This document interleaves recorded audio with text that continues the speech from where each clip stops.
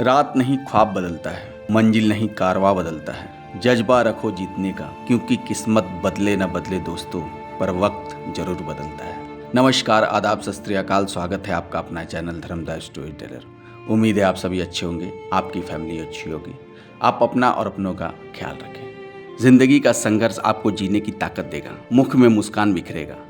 जीवन की संतुष्टि के लिए मेहनत और संघर्ष सबसे आवश्यक होता है। आप कुछ भी कर ले, बिना संघर्ष के आपके जीवन की नैया को किनारा नहीं मिलने वाला। जब जीवन का सबसे मूल्यवान सच संघर्ष ही है, तो हम में से हर किसी को इससे बचने की कोशिश नहीं करनी चाहिए। दोस्तों, एक छोटी कहानी के माध्यम से समझते हैं कि जब कुछ समझ में ना आए तो धैर्य रखें, क्योंकि ऊपर वाले हमेशा सबकी सुनते हैं। किसी समय की बात है, एक छोटे से गाँव में अंश नामक एक युवक रहता था। अंश गरीब था, लेकिन बहुत ही मेहनती और ईमानदार था। वह अपनी जिंदगी में बड़ी ऊंचाइयों तक पहुंचने का सपना देखता था। उसका परिवार पीढ़ी से किसान था और अंश भी अपने जमीन पर खेती करके अपनी आजीविका चलाता था। अंश की जिंदगी में बचपन से ही कठिनाइयाँ थी। उनके पिता का देहांत हो गया था जब वो छोटा था। माँ ने जैसे तैसे उसे पाला, लेकिन उसकी आर्थिक स्थिति हमेशा कमजोर रही। यह कारण था कि अंश ने पढ़ाई छोड़कर छोटी सी उम्र में ही खेती करना शुरू कर दिया था।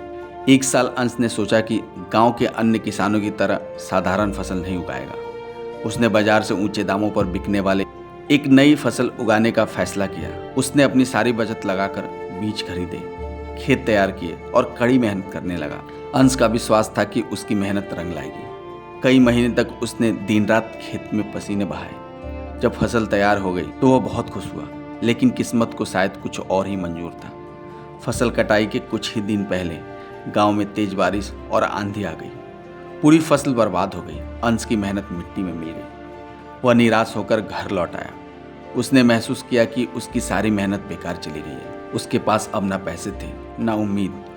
वह सोचने लगा कि क्या मेरी किस्मत में सिर्फ हार लिखी है? मैं कितना भी मेहनत कर लूं, मुझे कुछ हासिल नहीं होता। अंश ने कई दिनों तक अपने खेतों की ओर जाना बंद कर दिया। वह सोचता रहा कि क्या मेरी मेहनत का कोई मतलब है? क्यों हर बार सब कुछ बिगड़ जाता है? गांव के लोग भी उसे ताने देने लगे। कुछ ने कहा तूने गलत फसल चुनी, तो कुछ ने कहा भगवान ने तेरे लिए यही लिखा है। एक दिन अंश की माँ ने उससे कहा, बेटा, जब किसी की मेहनत का फल नहीं मिलता है तो इसका मतलब यह नहीं कि मेहनत बेकार है। यह समय है जब हमें अपनी कोशिश के साथ भगवान पर भरोसा करना चाहिए। लेकिन अंश का मन इन बातों को मानने को तैयार नहीं था। कई दिन तक खुद से लड़ने के बाद एक दिन अंश ने गांव के पुराने मंदिर जाने का फैसला किया।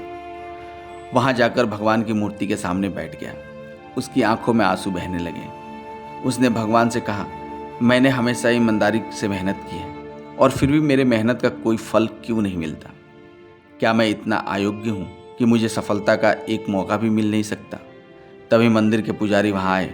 उन्होंने अंश को शांत किया और कहा, बेटा, तुम्हारी बातों में दर्द है, लेकिन समझदारी की कमी है। जिंदगी में कई बार ऐसा होता है कि हमें लगता है कि हमारी मेहनत बेकार हो गई, लेकिन याद रखो, भगवान हर चीज़ का हिसाब रखते हैं। जब तुम्हें कुछ समझ ना आए तो सब कुछ भगवान पर छोड़ दो, लेकिन इसका मतलब यह नहीं कि तुम अपना कर्म करना छोड़ दो। पुजारी ने उसे एक पुरानी कहानी सुनाई।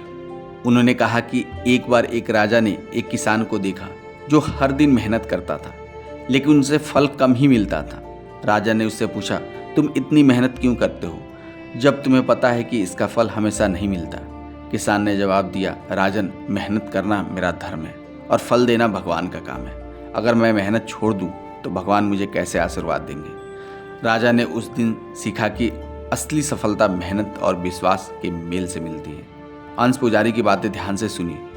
उसे महसूस किया कि वह अपनी मेहनत के पीछे हटकर सबसे बड़ी गलती कर रहा है। उसने तय किया कि वह हार नहीं मानेगा। उसने अपने खेतों को फिर से तैयार करना शुरू किया। इस बार अंश ने अपनी गलतियों से सीखा। उसने अपने खेतों के ऐसे उपाय किए बारिश और आंधियों से फसल को बचाया जा सके। कई महीनों की मेहनत के बाद अंश के फसल तैयार हुए।